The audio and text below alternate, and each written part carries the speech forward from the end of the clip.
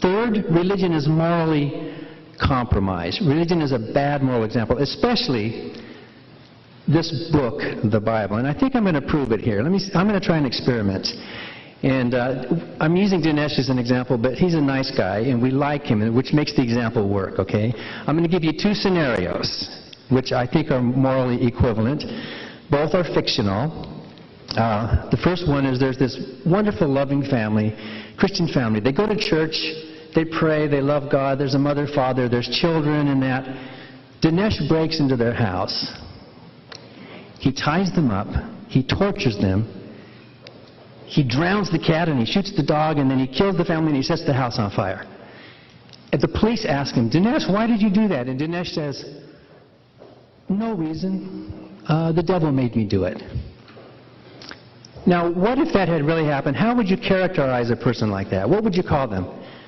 Think of some moral term that you would call them. Maybe a moral monster, evil, sick, psychotics, sociopath, whatever. You would use some morally. Raise your hand if you would use some kind of a morally negative word to describe the actions of a person who would do something like that. I think every hand would go up in this room, right? You wouldn't describe someone who broke into a house like that?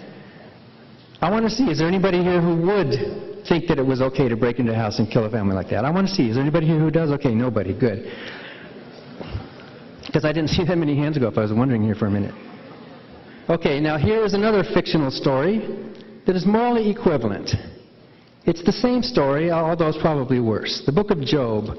Job was a perfect and upright man, the Bible says. He'd never done anything wrong. He had a wonderful religious family. And yet, the God of the Bible tortured him, killed his animals, had a wind blow over and killed his children, and tortured him for a long, long, long time. And when asked, why did you do that? Why? Why would you do that, God?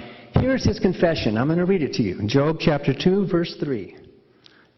Write this down, or remember this. Job 2:3. This is an indictment. Then the Lord said to Satan, have you considered my servant Job, that there is none like him on the earth, a blameless and upright man who fears God and shuns evil?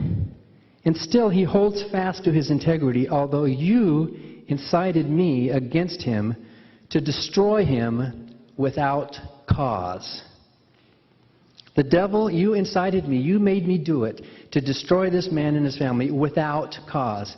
Just like the hypothetical Dinesh said, no reason, the devil made me do it. You labeled Dinesh a moral monster, didn't you? I mean, he's not, but you understand. So now, how many of you would agree with me and raise your hand that the God of the Bible, therefore, is also a moral monster? Raise your hands. Let's see. Is the God of the Bible a moral monster? Why are not more hands up? It's the same scenario. It's the same situation. I think only, what, about 20% of the hands went up? Is that about right? Well, it's fiction, of course, but still, the story with Dinesh was fictional as well. And we would still call that fictional story a moral monster. What's happening in the mind of you believers who did not raise your hands demonstrates that you are morally compromised in your judgment. Your religion is clouding your ability to think clearly about moral issues. Your religion supersedes true morality. It's like the position of the Roman Catholic Church on birth control. The Pope is too religious to really care about real morality in the world. The religion drives him. More importantly, Mother Teresa was the same way. When it comes to the Holy Land, when it comes to holy wars, when it comes to religious divisiveness, people just like you, good people in this audience who could not raise your hand and make a morally true statement because your religion is holding you back. Do you see how it clouds your judgment? This Bible is filled with tons of stories of this brutal deity, bloodthirsty deity who has to shed blood because his vanity is so fragile that if you don't kiss his feet and worship on the Sabbath, he's going to kill and commit genocides. In Ruth Green's book, The Born Again Skeptic's Guides to the Bible, it takes 10 pages just to list the mass killings committed, condoned, or commanded by this God of the Bible. And yet you pretend to love this? You pretend to love this book that has such brutality in it? Remember, Job was without sin. He was perfect. God had no reason. He admitted, I had no cause and the devil made me do it. The way the Bible treats women, for example, is not supportive of equality among women. Look at how for religious right believers, and not all Christians are the same, look how their opinions about the environment, or stem cell research, or birth control, or abortion rights, or gay marriage, or the death penalty, or doctor-assisted suicide. Your opinions on these moral issues is twisted. It is biased by your religion.